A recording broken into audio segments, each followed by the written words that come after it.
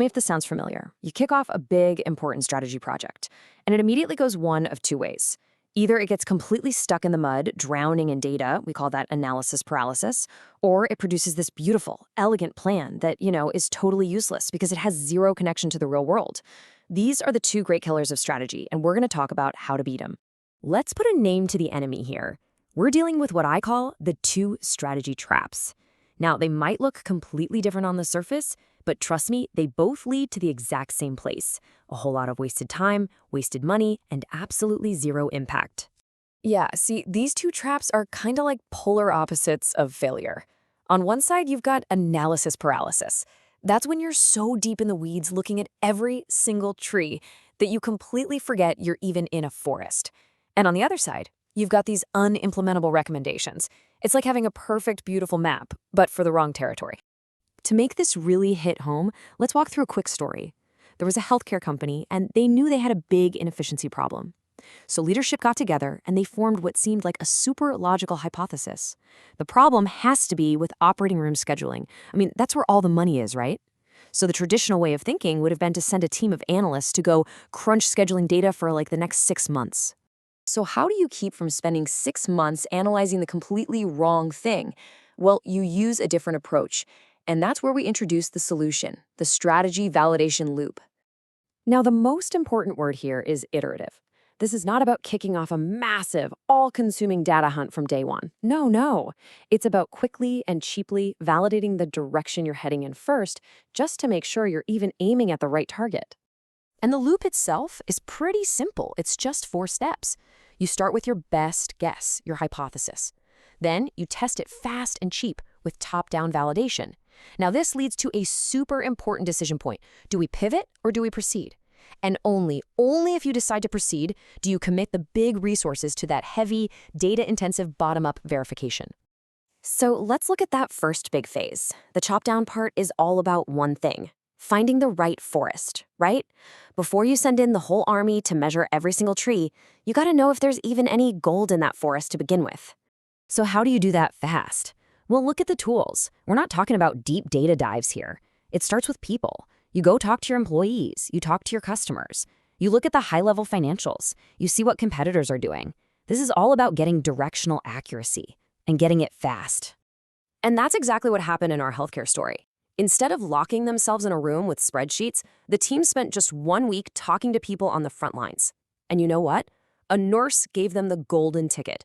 She said, look, the problem isn't the schedule. It's that we never have the right supplies, and that causes all the delays. And that is the moment where this whole framework proves its value. Based on just 1 week of this top-down work, the team made a brave and, frankly, brilliant pivot decision. They threw out the entire original hypothesis about OR scheduling. And you gotta understand, this wasn't a failure. This was a massive success that saved them months of wasted work. Okay, so now that they've found the right forest, the supply chain, it's finally time for phase 2. This is when you bring in the heavy machinery and you actually start measuring the trees. The tools for this part, as you can see, are way more resource intensive.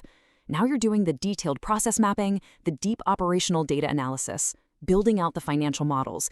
But here's the key. You're doing it with total surgical focus, only on the problem that you've already validated is actually worth solving. So what was the result of all that focused effort? By pointing all their analytical firepower at the correct problem, the supply chain, the team uncovered $15 million. $15 million in annual savings.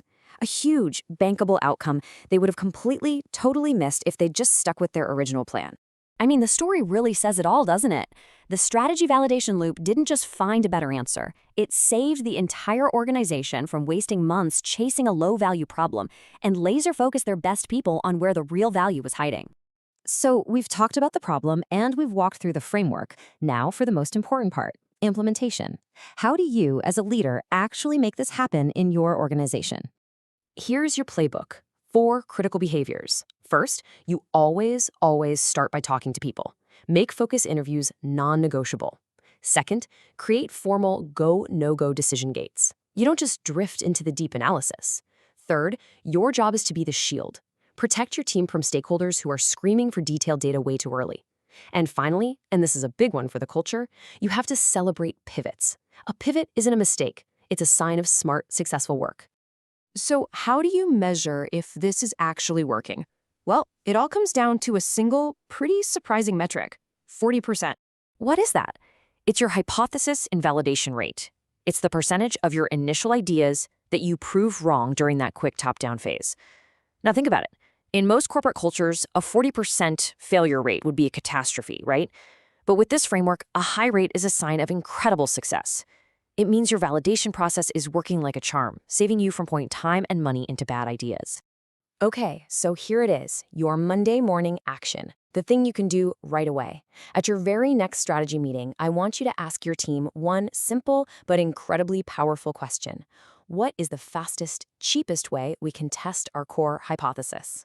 Just asking that question will begin to shift your team's entire mindset from exhaustive analysis to rapid, validated learning. So I'll leave you with this to think about. If you changed how your team measures success, if you stopped measuring effort and started measuring validated learning, which one of your current projects would you, or maybe should you, kill tomorrow?